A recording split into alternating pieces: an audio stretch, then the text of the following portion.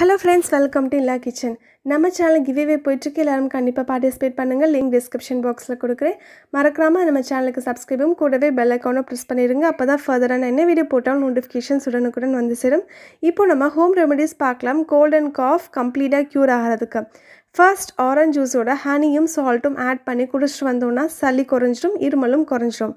Second வந்து அன்னாசிப்பழம் சாரோட சால்ட்டையும் add பண்ணி குடிச்சிட்டு வந்தோம் அப்படின்னா நம்மளுக்கு அந்த சளி இருமல் போன்ற தொந்தரவெல்லாம் நீங்கிடும், நெஞ்சு சளி கம்ப்ளீட்டாக க்யூர் ஆகிட்டே வந்துடும். தேர்ட் வந்து நம்ம நார்மலாக பசும்பால் யூஸ் பண்ணணும், வேறு எந்த பாலும் யூஸ் பண்ணக்கூடாது. பசுப்பாலோட மஞ்சள் தூளும் மிளகுத்தூளும் சேர்த்து நல்லா சுண்ட காய்ச்சி அதை நம்ம குடிச்சு 3 days கண்டினியூஸாக குடிச்சோன்னா நெஞ்சு சளி நீங்கிடும், நம்மளுக்கு இருமல் வந்து கம்ப்ளீட்டாக க்யூர் ஆயிரும். ஃபோர்த் வந்து கற்பூரவள்ளி இலை. கற்பூரவள்ளி இலைக்கு நிறைய ஹெல்த் பெனிஃபிட்ஸ் இருக்குது. கற்பூரவள்ளி இலையை வந்து ஒரு 1.5 கிளாஸ் அளவுக்கு தண்ணியில் ஒரு 5-6 கற்பூரவள்ளி லீவ்ஸ் வந்து க்ரஷ் பண்ணி ஆட் பண்ணி இந்த ஹாஃபை ரெடியூஸ் ஆகிற வரைக்கும் பாயில் பண்ணி அந்த வாட்டரை நம்ம கண்டினியூஸாக மார்னிங் அண்ட் ஈவினிங் ட்ரிங்க் பண்ணிட்டு வந்தோம்னா கம்ப்ளீட்டாக க்யூர் ஆகிடும்.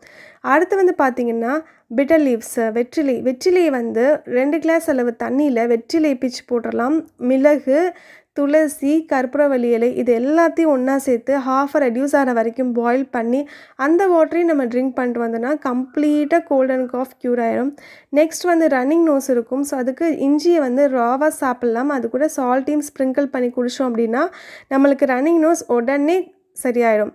அடுத்து வந்து பார்த்திங்க அப்படின்னா இஞ்சி கஷாயம் வந்து 2 கிளாஸ் தண்ணியில் இஞ்சி க்ரஷ் பண்ணி சேர்த்துக்கலாம். 2 இன்ச் இஞ்சியை க்ரஷ் பண்ணி சேர்த்துட்டு மிளகு, சீரகம், இது மல்லி எல்லாத்தையும் க்ரஷ் பண்ணி ஆட் பண்ணி நம்ம சேர்த்துட்டு அந்த ஹாஃபாக ரெடியூஸ் வரைக்கும் பாயில் பண்ணி குடித்தோன்னா மிளகு கஷாயம் ரெடி. அடுத்து பார்த்திங்கன்னா சுக்குமல்லி காஃபி. எல்லோரும் சுக்குமல்லி காஃபி கண்டிப்பாக ட்ரை பண்ணுங்கள். ஸோ மறக்காமல் நம்ம சேனலுக்கு சப்ஸ்கிரைப் பண்ணுங்கள். தேங்க்ஸ் ஃபார் வாட்சிங்.